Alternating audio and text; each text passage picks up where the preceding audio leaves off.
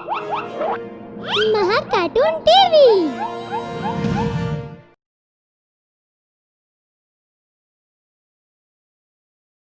जादुई मांस।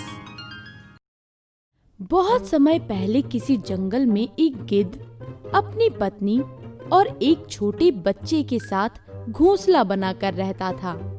गिद्ध रोज खाने की तलाश में घर से निकल जाता।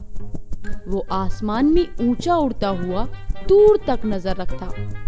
फिर जैसे ही उसे जानवर लड़ते हुए दिखते, वो उनके ऊपर मंडराने लगता। और जब एक जानवर दूसरे जानवर को मारकर खा लेता, तो वो बचा हुआ मांस पहले खुद खाता और फिर मांस का एक बड़ा टुकड़ा पंजे में दबाकर अपनी पत्नी और अपने बच्चे के लिए ले जाता। पापा जी, आज आप क्या लाए? आज मैं तुम्हारे लिए हाथी का मांस लाया हूँ। वाह, मुझे हाथी का मोटा मांस बहुत पसंद है। सब कुछ ठीक चल रहा था। फिर एक दिन जंगल में सूखा पड़ा। सभी पेड़ सूख गए, जिसकी वजह से जानवर जंगल छोड़कर जाने लगे। ये देखकर गिद्ध की पत्नी ने गिद्ध से कहा, हमें ये जंगल छोड़कर कहीं और चले जाना चाहिए। वैसे भी सूखा पड़ने से बहुत से जानवर ये जंगल छोड़कर चले गए हैं, और अगर जंगल में जानवर ही नहीं होंगे तो हम खाएंगे क्या? हाँ, तुम सही कह रही हो। अब हमें किसी और जंगल जाकर रहना चाहिए। ये सोचकर वो तीनों नए जंगल की तलाश में चल दिए। काफी दिनों तक ऊंचाई पर उड़ते हुए वो अपनी तेज नजर से एक जंगल की तलाश करते रहे। आखिरकार उन्हें एक हरा भरा जंगल दिखाई दिया। वो देखो, एक हरा भरा जंगल। अरे वाह, यहाँ तो बहुत सारे जानवर होंगे और रोज नए नए जानवरों का मांस खाने को भी मिलेगा। वो तीनों उड़ते हुए जंगल आए।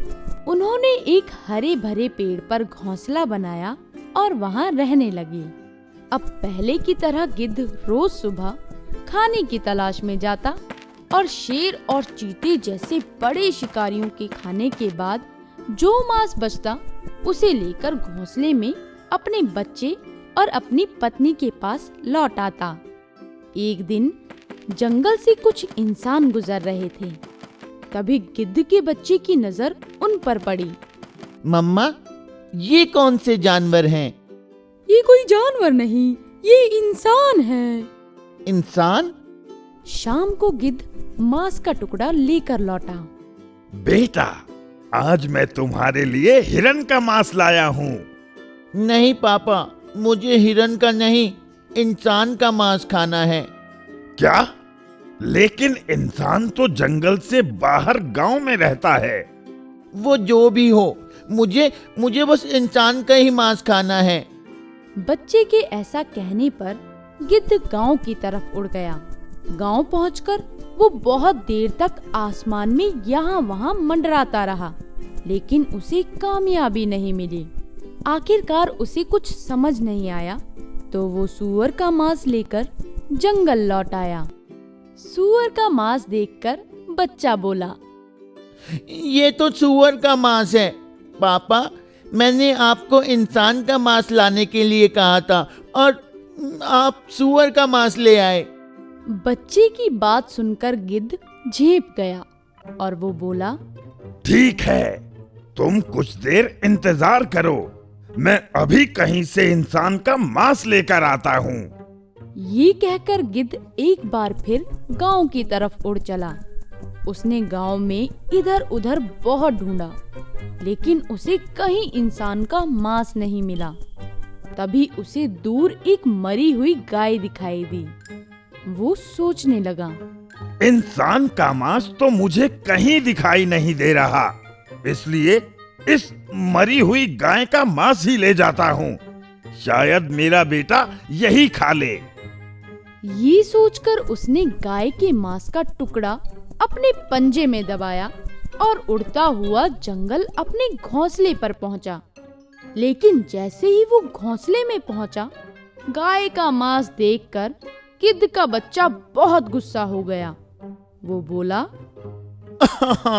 पापा, ये तो गाय का मांस है। मैंने आपको इंसान का मांस लाने के लिए कहा था। क्या आप अपने बच्चे की एक छोटी सी इच्छा भी नहीं पूरी कर सकते? ये सुनकर गिद्ध बहुत शर्मिंदा हुआ। तभी गाय और सूअर के मांस को देखकर उसे एक तरकीब सूझी।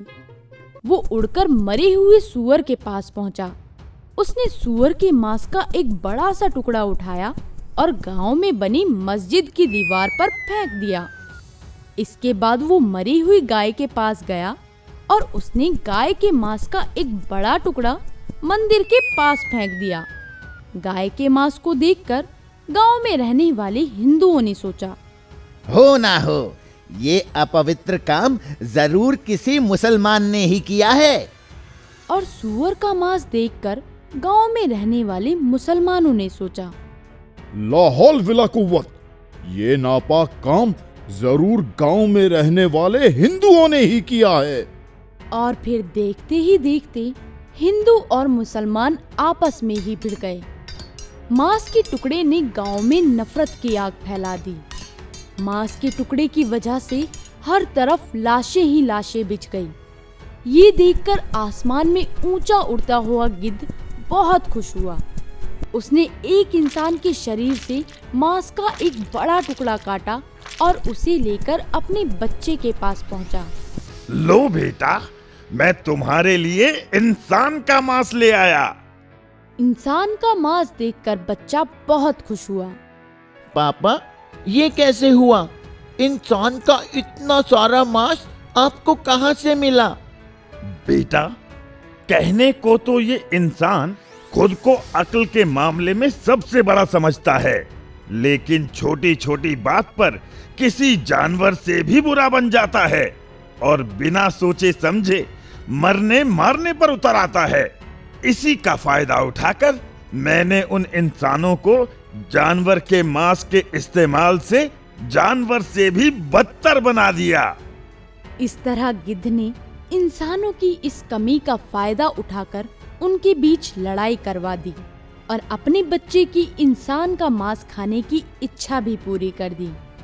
हेलो दोस्तों, नीचे कमेंट्स करके ये जरूर बताएं कि आपको ये कहानी कैसी लगी।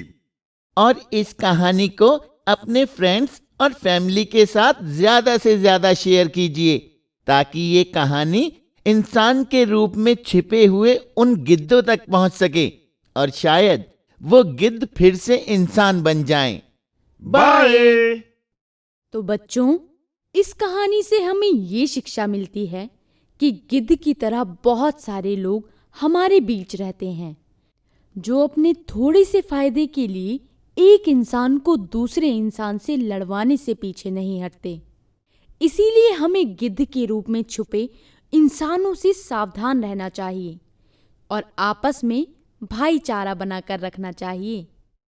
अगर आपको हमारे वीडियोस पसंद आ रहे हों तो इन्हें लाइक करें, चैनल सब्सक्राइब करें और हमारे कार्टून शो सबसे पहले देखने के लिए बेल आइकन दबाना ना भूलें।